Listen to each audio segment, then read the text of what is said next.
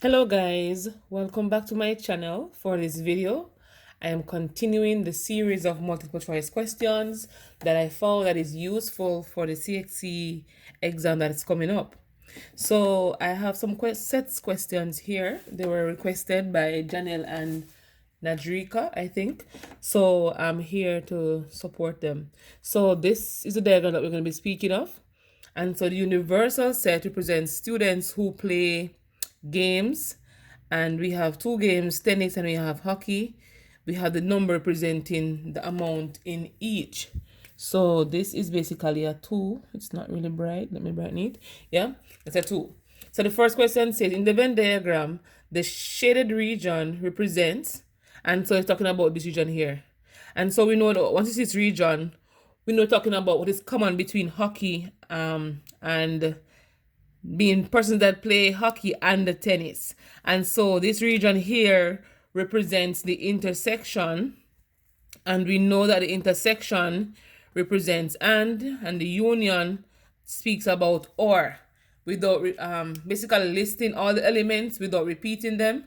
For intersection, you tell what is common between both of them. So this region here would be tennis intersect hockey. So look for the intersection, and we have two of them having that symbol, but we know it couldn't be T prime because T prime here means T complement, and that's not true for this one. So it has to be hockey intersect tennis, and so our solution is B. All right, and that's basically how we get the answer for that one. Let's try this one, the same Venn diagram. So the number of students in each set is indicated. See that? Yeah. How many students do not play either sports? So we know we have in all representing in the sets right here. All right. So we want to know how many persons play neither tennis or hockey. And so neither would be outside of these two sets, but in the universal set. And so it will be represented by 3. So 3 persons neither play tennis or hockey. So once it says neither, it is outside of the of the two sets, but within the universal set.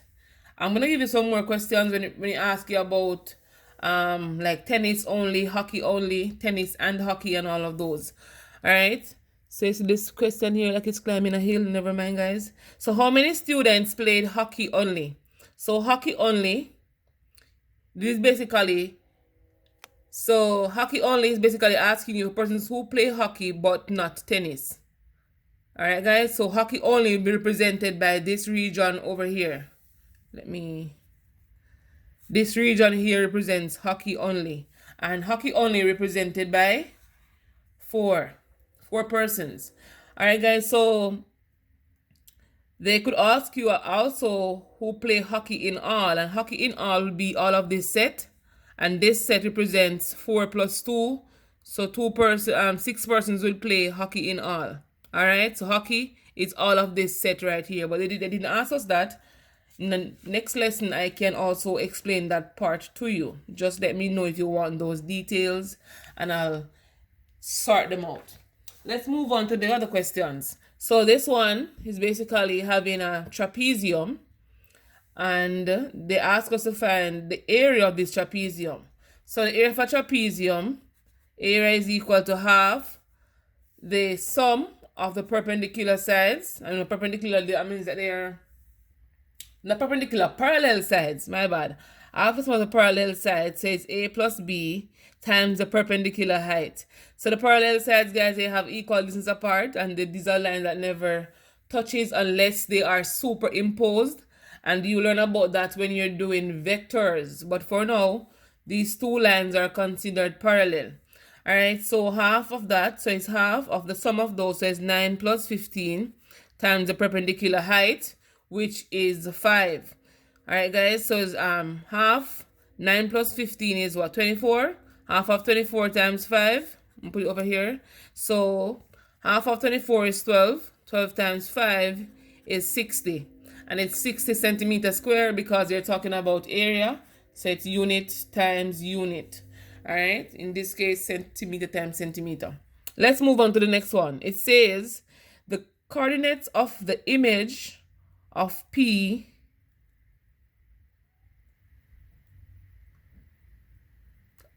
again, the coordinates of the image of P 2, -5 under translation T 3, -4 are. So basically they want the coordinate of the image P. So you're given P, you're given the translation vector to find the image P prime. So we know that object plus translation is equal to image. All right. The object would be P, so it's 2, -5 plus the translation is given 3, -4. When you add these two, it will result in the image. So 2 plus 3 is 5. -5, -4 is a -9. And so the image will be 5, -9. Let's see if the answers are here. Oh, yeah. And that's how you get it. If you need more questions like these, let me know. So I'll do my best to find them for you. But for now, guys, that's the end of this video. I try to make it short and spicy so it don't bore you.